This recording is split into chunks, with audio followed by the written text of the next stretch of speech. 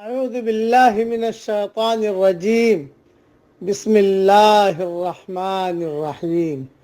سورہ تغابن کی ایک آیت پڑھ رہا ہوں، آیت نمبر 7۔ زعم الذین کفروا ان لن یبعثوا، ان بے ایمانوں نے خیال کیا ہے کہ دوبارہ زندہ نہ کیے جائیں گے۔ قل بلا وربی لتبعثن ثم لتنبؤن بما عملتم، آپ کہہ دیجئے کہ کیوں نہیں، اللہ کی قسم تم ضرور دوبارہ اٹھائے جاؤ گے، پھر جو تم نے کیا ہے اس کی خبر دیے جاؤ گے۔ وَذَلِكَ عَلَى اللَّهِ يَسِيرٌ، اور اللہ پر یہ بالکل ہی آسان ہے۔ مختصر تشریح سن لیجئے۔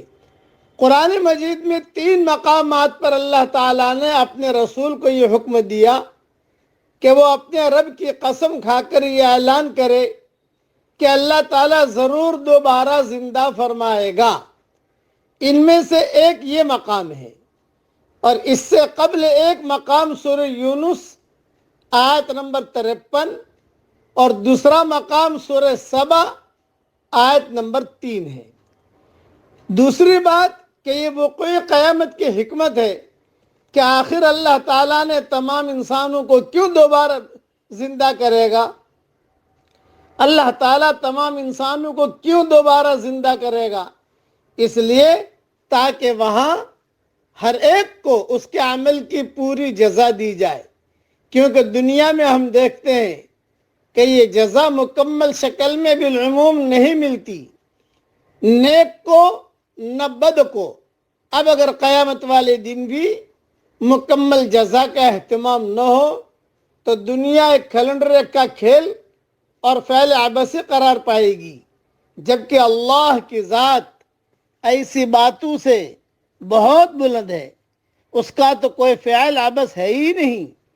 چہ جائے کہ جنات اور انسان کی تخلیق کو بے مقصد اور ایک کھیل سمجھ لیا جائے۔ تعالی اللہ عن ذلک علوا کبیرا۔ اور تیسری بات، یہ دوبارہ زندگی انسانوں کو کتنی مشکل یا مستبعد نظر آتی ہو کہ دوبارہ کیسے زندہ کرے گا اللہ، لیکن اللہ کے لیے بالکل آسان ہے۔ اس کو کہا وَذَلِكَ عَلَى اللَّهِ يَسِيرٌ، اور اللہ پر یہ بالکل ہی آسان ہے، کرنے والے اللہ ہے۔ سب کو دوبارہ اللہ تعالیٰ اٹھائے گا اور وہاں پر حساب کتاب اللہ تعالیٰ لے گا۔ اچھا کرے گا اچھا بدلہ ملے گا، برا کرے گا برا بدلہ ملے گا، سب کچھ سامنے آ جائے گا۔ اب پڑھیے میرے ساتھ ایک دعا رسول اللہ صلی اللہ علیہ وسلم نے اپنی بیٹی حضرت فاطمہ کو سکھائی تھی، اور کہا تھا کہ بیٹیا زندگی بھر صبح شام ایک ایک مرتبہ پڑھتی رہنا، اس کو چھوڑنا مت۔ پڑھیے میرے ساتھ، یا حی یا قیوم برحمتک استغیث اصلح لی شأنی کلہ ولا تکلنی الی نفسی طرفۃ عین۔ ترجمہ پڑھ لیجئے، اے ہمیشہ ہمیش زندہ رہنے والے، اے مخلوقات کو